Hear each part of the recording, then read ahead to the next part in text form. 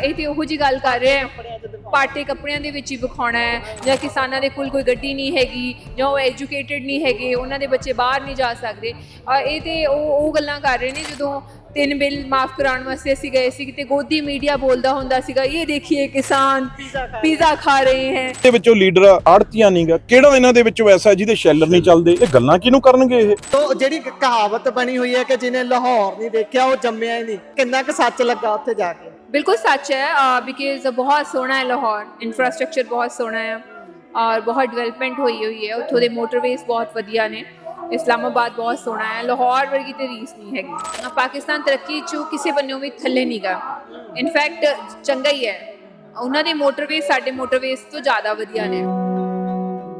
ਸਤਿ ਸ਼੍ਰੀ ਅਕਾਲ ਜੀ, Punjabi radio USA, Punjabi TV USA ਵੇਖ ਰਹੇ ਹੋ ਤੁਸੀਂ। ਇਸ ਸਮੇਂ ਗੱਦਰੀ ਬਾਬਿਆਂ ਦੇ ਮੇਲੇ ਤੇ ਮੌਜੂਦ ਆ। ਮੈਮ ਸੋਨੀਆ ਮਾਨ ਹੁਣੀ ਸਾਡੇ ਨਾਲ ਨੇ, ਇੱਥੇ ਪਹੁੰਚੇ ਨੇ। ਸਭ ਤੋਂ ਪਹਿਲਾਂ ਇੱਥੇ ਆਉਣ ਤੇ ਉਹਨਾਂ ਨੂੰ ਕਿਹੋ ਜਿਹਾ ਮਹਿਸੂਸ ਹੋ ਰਿਹਾ ਹੈ ਜਾਣਨ ਦੀ ਕੋਸ਼ਿਸ਼ ਕਰਦੇ ਹਾਂ। ਬਹੁਤ ਬਹੁਤ ਸਵਾਗਤ ਹੈ। ਸਤਿ ਸ਼੍ਰੀ ਅਕਾਲ ਜੀ। ਜੀ ਮੈਮ, ਇੱਥੇ ਆਏ ਹੋ ਗੱਦਰੀ ਬਾਬਿਆਂ ਦੇ ਮੇਲੇ ਤੇ, ਇੱਕ ਵੱਡਾ ਇਤਿਹਾਸ ਹੈ। ਇਸ 33ਵਾਂ ਮੇਲਾ ਹੈ, ਰੌਣਕ ਦੇਖ ਸਕਦੇ ਹੋ, ਵੱਡੀ ਗਿਣਤੀ 'ਚ ਕਿਤਾਬਾਂ ਦੀ ਘੋਖ ਕਰ ਰਹੇ ਨੇ ਸਾਰੇ ਲੋਕ। ਤੁਸੀਂ ਵੀ ਪਹੁੰਚੇ ਹੋ, ਕਿਹੋ ਜਿਹਾ ਐਕਸਪੀਰੀਅੰਸ ਹੈ, ਕੀ ਕਹਿਣਾ ਚਾਹੋਗੇ?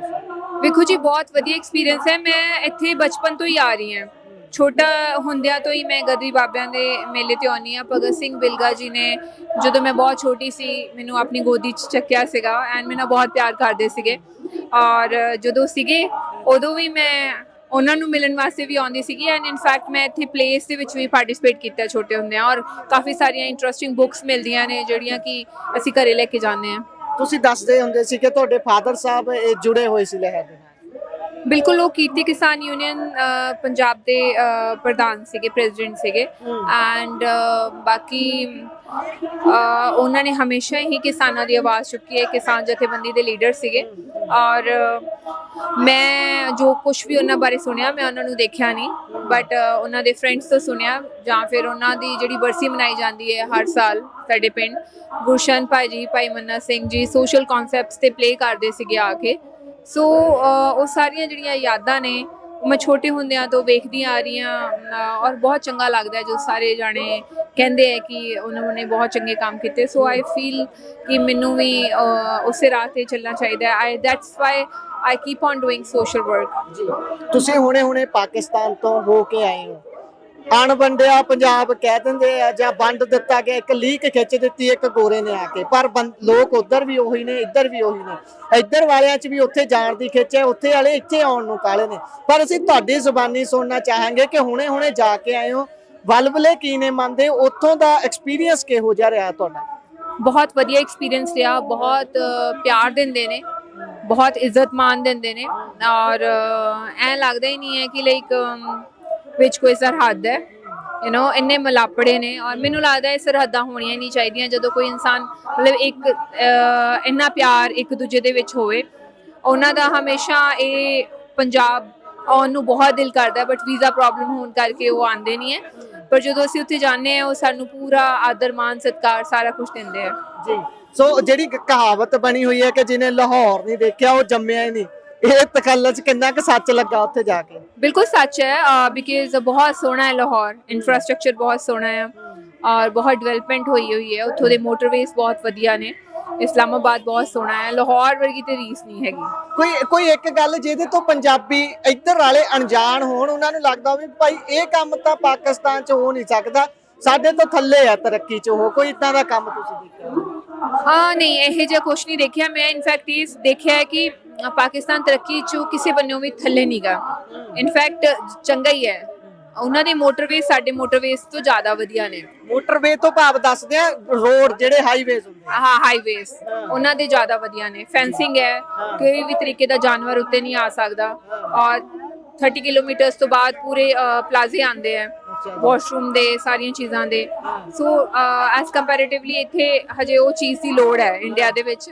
ਬਾਕੀ ਚੀਜ਼ਾਂ ਵਾਈਜ਼ ਇੰਡੀਆ ਜ਼ਰੂਰ ਡਿਵੈਲਪ ਹੋਊਗਾ, ਅੱਗੇ ਹੋਊਗਾ, ਬਟ ਇਹ ਚੀਜ਼ਾਂ ਉੱਥੇ ਚੰਗੀਆਂ ਲੱਗੀਆਂ ਮੈਨੂੰ ਦੇਖ ਕੇ।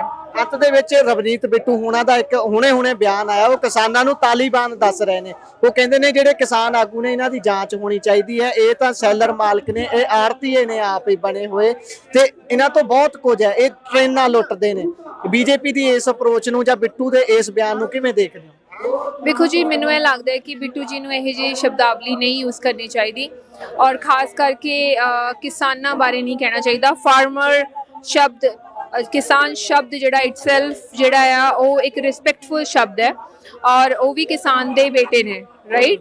ਔਰ ਉਹਨਾਂ ਦੇ ਫੈਮਿਲੀ ਦੇ ਵਿੱਚੋਂ ਪੰਜਾਬ ਦੇ ਉੱਤੇ ਉਹਨਾਂ ਨੇ ਸੀਐਮਸ਼ਿਪ ਵੀ ਕੀਤੀ ਹੈ, so he has to be very responsible with his statements. ਉਹਨਾਂ ਨੂੰ ਇਹੋ ਜਿਹੀਆਂ ਸਟੇਟਮੈਂਟਸ ਨਹੀਂ ਦੇਣੀਆਂ ਚਾਹੀਦੀਆਂ।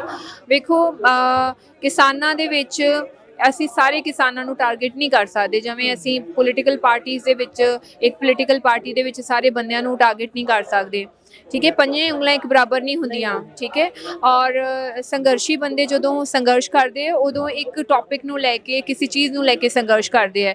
ਇਹ ਥੋੜਾ ਨਾ ਹੈ ਵੀ ਉਹ ਗਰੀਬ ਫੈਮਲੀਜ਼ ਨੂੰ ਬਿਲੋਂਗ ਕਰਦੇ ਹੋਣਗੇ, ਉਹਦੇ ਵਿੱਚ ਕੋਈ ਨਾ ਕੋਈ ਆੜਤੀਆ ਵੀ ਹੋਊਗਾ, ਕਿਸੇ ਦੇ ਸ਼ੈਲਰ ਵੀ ਹੋਣਗੇ। ਪੰਜਾਬ ਦੇ ਵਿੱਚ ਤੇ ਇਹ ਜਿਹੇ ਕਿਸਾਨ ਹੈ ਜਿਨ੍ਹਾਂ ਕੋਲ 100-100 ਏਕੜ ਜ਼ਮੀਨ ਹੈ, ਠੀਕ ਹੈ। ਵੱਡੇ ਕਿਸਾਨ ਵੀ ਹੈ, ਛੋਟੇ ਕਿਸਾਨ ਵੀ ਹੈ।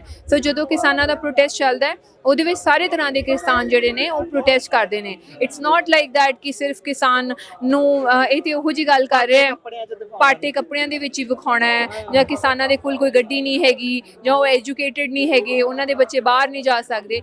ਇਹ ਤੇ ਉਹ ਗੱਲਾਂ ਕਰ ਰਹੇ ਨੇ। ਜਦੋਂ 3 ਬਿੱਲ ਮਾਫ ਕਰਾਉਣ ਵਾਸਤੇ ਅਸੀਂ ਗਏ ਸੀ ਤੇ ਗੋਦੀ ਮੀਡੀਆ ਬੋਲਦਾ ਹੁੰਦਾ ਸੀਗਾ, ਇਹ ਦੇਖੀਏ ਕਿਸਾਨ ਪੀਜ਼ਾ ਖਾ ਰਹੇ ਹੈ।